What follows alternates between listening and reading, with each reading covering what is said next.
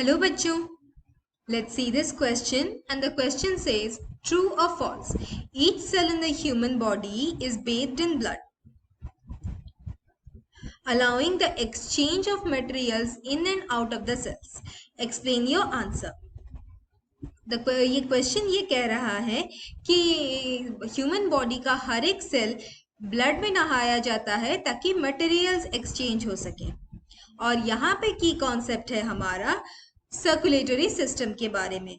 Human body में circulatory system का function है मटेरियल्स का एक्सचेंज करने के लिए एक मीडियम प्रोवाइड करना, और ये मीडियम जो कि हमारे बॉडी में सर्कुलेट होता रहता है ताकि हर बॉडी के हर एक सेल को वो मटेरियल मिल सके या फिर बॉडी के हर सेल से वो मटेरियल ट्रांसपोर्ट हो सके। सर्कुलेटरी सिस्टम ह्यूमन बॉडी में मटेरियल एक्सचेंज के लिए होता है, और ये सर्कुलेटरी सिस्टम दो तरह के हैं, ओपन सर्कुलेटरी सिस्टम और क्लोज सर्कुलेटरी सिस्टम। ये open circulatory system animal kingdom में दिखाया जाता है, फिर भी सिंपलर ऑर्गेनिजम्स में दिखाई देता है,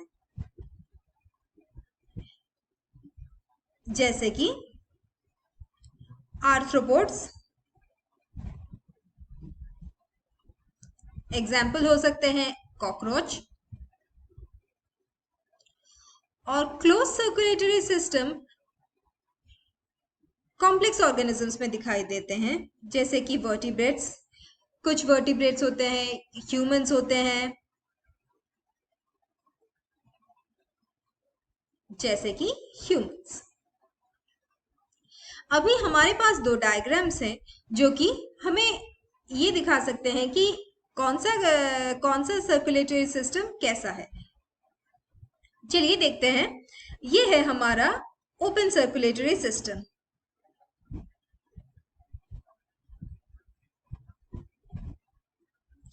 और दूसरा वाला है हमारा क्लोज सर्कुलेटरी सिस्टम।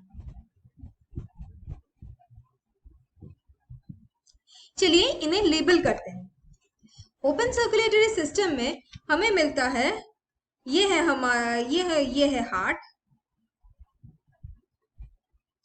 ये है ब्लड वेसल्स,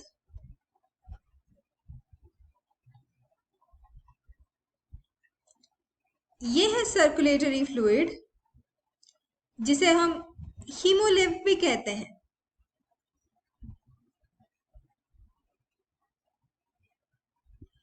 और ये है बॉडी के सेल्स। वही हमें क्लोज सर्कुलेटरी सिस्टम में ये है हमारा हार्ट, ये है हमारे लंग्स के पास के कैपिलरीज,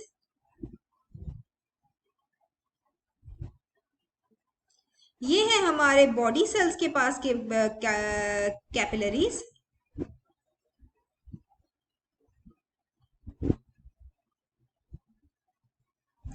और ये है हमारे blood vessels.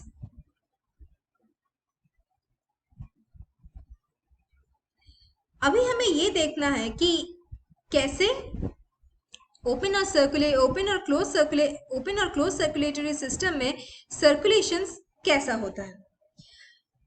Open circulatory system में जो सर्कुलेटिंग फ्लूइड है हीमोलिम्फ, वो है हीमोलिम्फ हार्ट से पंप होता है, वो मेजर ब्लड वेसल से पास होता है और डायरेक्टली सेल्स में डिस्पर्स हो जाता है ताकि सेल्स इसमें नहाए जा सके। सेल्स के चारों ओर जो फ्लूइड है वो है हीमोलिम्फ, और इसी हीमोलिम्फ के वजह से हमारा मटेरियल एक्सचेंज ऐसे ही होता है, डायरेक्ट डिफ्यूजन से।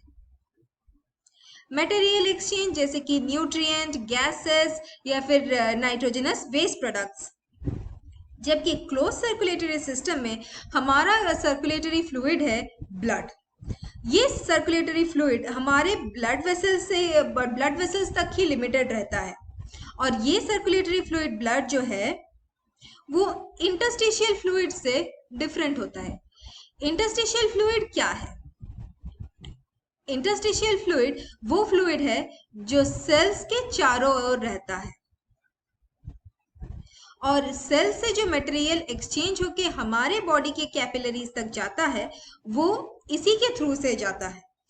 और कैसे होता है ये एक्सचेंज?